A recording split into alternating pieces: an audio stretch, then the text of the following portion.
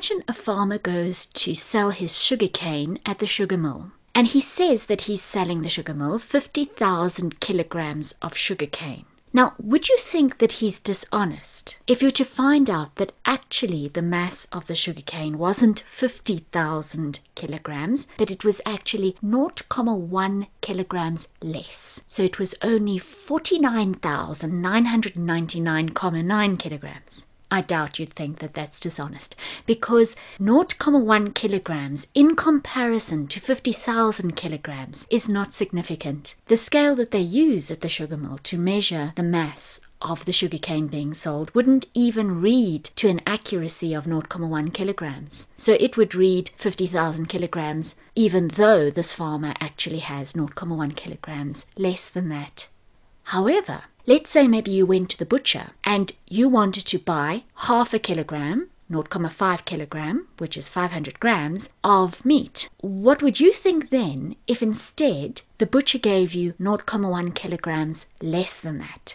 So he only gave you 400 grams of meat, 0.4 kilograms of meat.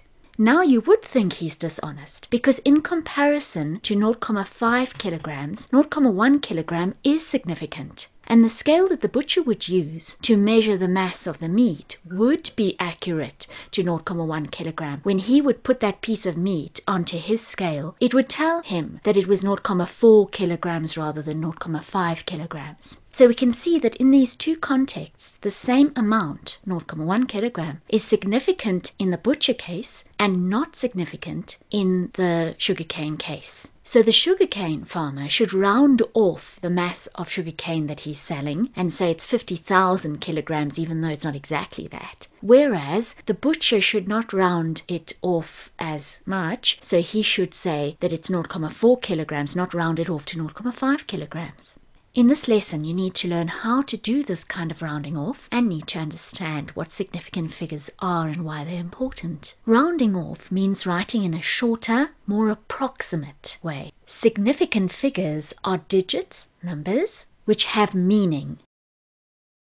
Equivalent to means similar to, and we write its symbol as a curly equals, and we can use this symbol to show that we have rounded something off. You might be asked to round off to a certain number of places after the decimal comma. Let's call the digit there the rounding off point. You should then look at the digit just after the rounding off point, and if it's 5 or more, then you should add 1 to the digit at the rounding off point. In other words, you round up, and then you just leave off all the other digits after that. But if that digit after the rounding off point is less than 5, then you just leave that digit at the rounding off point as it is and leave off the rest of the digits. For example, if you're asked to round off this number to 2 places after the decimal comma, then the 8 is the rounding off point. You look at the number after that, it's a 7, which is greater than 5, so that makes you round up. So the answer is 57,99.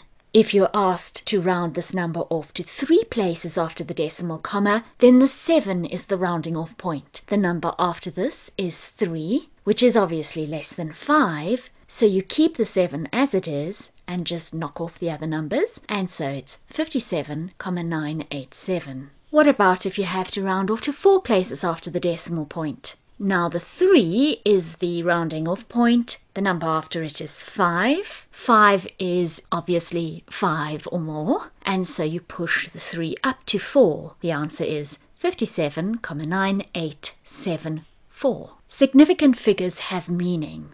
If you were to draw a line 9,5 centimeters long, then you're not actually sure that you're really drawing it exactly 9,5 centimeters long. It might be 9,51 centimeters, maybe 9,49 centimeters. You can't see the difference between those two by eye because you are measuring to an accuracy of 2 significant figures, 9,5. So it would be wrong for you to claim that you are measuring 9,50 centimeters and that your line that you've drawn is 9,50 centimeters long, because that would suggest that you knew for sure that your line was 9,5. centimeters long, and not a little bit longer or a little bit shorter. But if a machine would draw the line, then the machine might be very accurate and it might be able to really draw that line 9,50 centimeters long. Perhaps with a machine, we might not know whether the line was 9,501 centimeters or 9,499 centimeters. So then that machine would be measuring to an accuracy of 3 significant figures, 9,50. When you do a calculation, you should only round the final answer off, not the intermediate steps.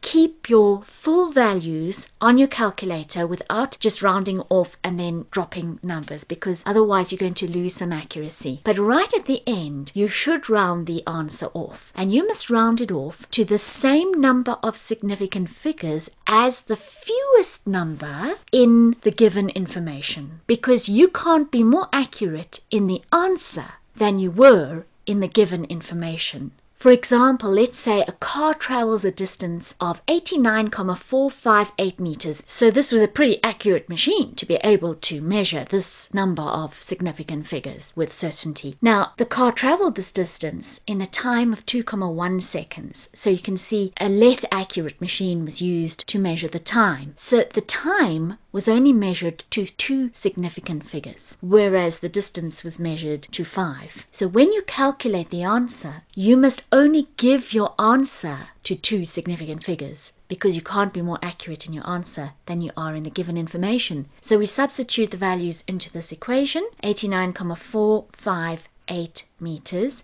divided by 2,1 seconds. We don't round the meters off now, only the final answer. So our answer then is 42,599,04762 meters per second. But it's ridiculous for us to give it to that degree of accuracy, because our time measurement was only accurate to 2 significant figures. So we must now round this off to 2 significant figures. And so in other words, we must round off to the second digit, which is a 2. We look at the number behind it, it's a 5. That pushes the 2 up to 3, and then we leave off the rest of the digits.